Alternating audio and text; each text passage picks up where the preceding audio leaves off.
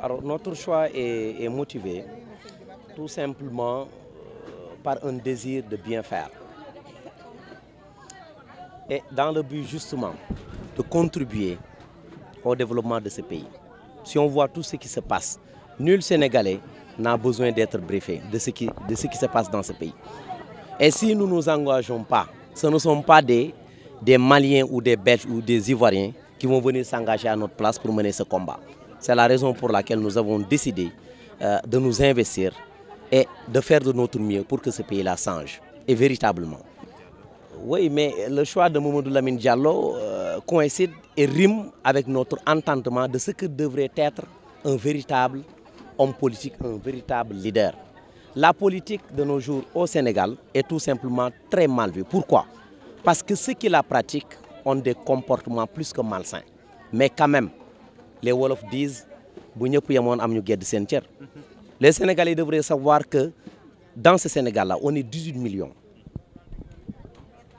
Dieu ne peut pas nous en vouloir à ce point que nous ne pouvons pas avoir un seul homme ou une seule femme en qui nous pouvons compter pour les destinées de ce pays. Alors le choix de Mamadou Lamine Diallo, déjà un pays, ce n'est pas une mince affaire. Lui, il le dit. Il dit qu'il s'engage. Il est prêt à faire ce qu'il faut, il ne s'amuse pas. Et c'est important, il y a des gens qui s'amusent dans ce pays. On ne va pas confier l'avenir de 18 millions de Sénégalais à des gens qui viennent tout simplement jouer tout simplement aux aventuriers. Non du tout. Il faut d'abord un homme capable, qui a de l'expérience nationale et même au-delà de nos frontières, un homme qui a pu sacrifier tout ce qu'il pouvait gagner en termes de dividendes financiers et qui est venu tout simplement pour contribuer au développement de ce pays. Mais en dehors de cela, je le dis et je le répète, ce pays-là, qui est le Sénégal, ne manque pas d'hommes compétents, mais il nous manque des hommes intègres de la trempe de Mamadou Lamine Diallo. C'est la raison pour laquelle nous sommes avec lui. Et si ce Sénégal-là doit être sauvé, ce n'est pas une prétention qui est trop grande. C'est Dieu qui fait les choses. Mais quand même, nous l'avons observé, nous l'avons suivi, nous l'avons écouté. Nous avons demandé après plusieurs personnes. Et c'est la même constance qui revient.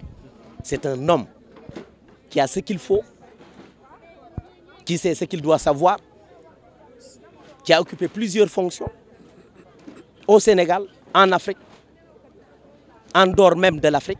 Et cet homme-là, ce qui est le plus important, je le répète encore, c'est un homme intègre. Parce que nous, le mouvement Debout, nous défions qui que ce soit à venir nous dire que votre candidat est quelqu'un qui n'a pas les mains propres. On ne l'a jamais entendu dans des affaires véritablement basses. Et dans ce pays-là, il en regorge. Il y a certains qui font de la politique politicienne parce que tout simplement, ils savent que certains ont leur dossier.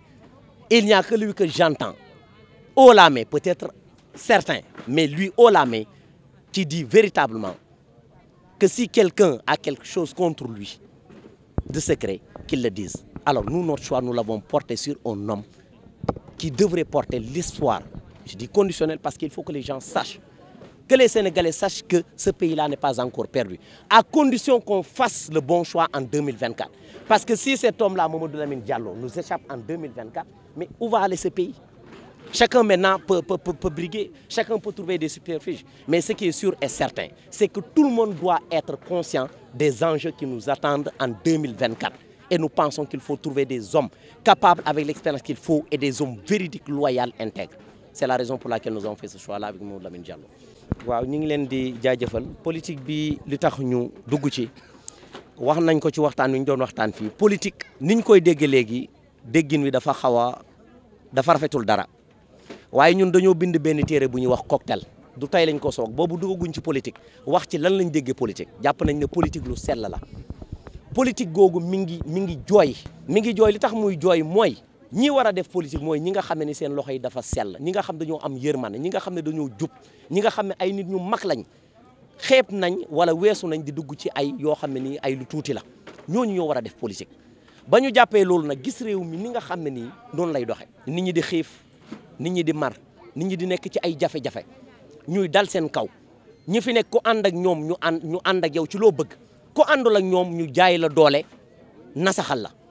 waaye nag doole suñu borom rek moo ko yayoo ba tax na ñun bu ñu toogee di seetaan defuñu dara ñooñu di continuer rek Sénégal li ñu fiy def di continuer di ko def mais kan mooy responsable est-ce que ñoom la ñun ñi deful dara ñun ñooy responsable te dañ leen fee war a jëlee 2024 indi fi ay nit ñoo xam ne ni danañ am xam-xam danañ jub te danañ dëggal te danañ wéyal loolu moom lañ soxla moo tax xam naa ne question bi ma laaj sànq lan moo tax ñun ñu tànn Mamadou Lamine Diallo xam-xam lañ gis ci moom dëggu gi nga xam ne ni moom lañ woote ci mouvement bi moom lañ gis ci moom ànduñoo ak moom ngir alal ànduñoo ak moom ndax day def buzz Pawlish sax mën naa def buzz wala Adamo wala xaw ma kan kon soxla wuñ koy def buzz ku am xam-xam te réew mi sérieux la laaj réew mi caaxaan defaru ko réew mi caaxaan defaru ko te nañu moytu mu tàbbi ci loxo yoo xam ne ni ku ci nekk ci ñun di nga mat sa baaram bi cax ñiy jël gaal yi dem sax ëllëg bu ñu tekkee ci réew mi la ñuy ñëwaat kon ku ci nekk waar wi mu ci war a boy na ko ci boy man de tàmbali naa ba keroog may réussir wala may échec waaye li ma jàpp wala ki ma jàpp ne réew mi moo ko war a mën a teg ci yoon teg ko ci raay ni mu koy waxee mais Mamadou Lamine Diallo te pare nañ fu mu jëm ñu jëm fa ak moom ci biir tekki incha allah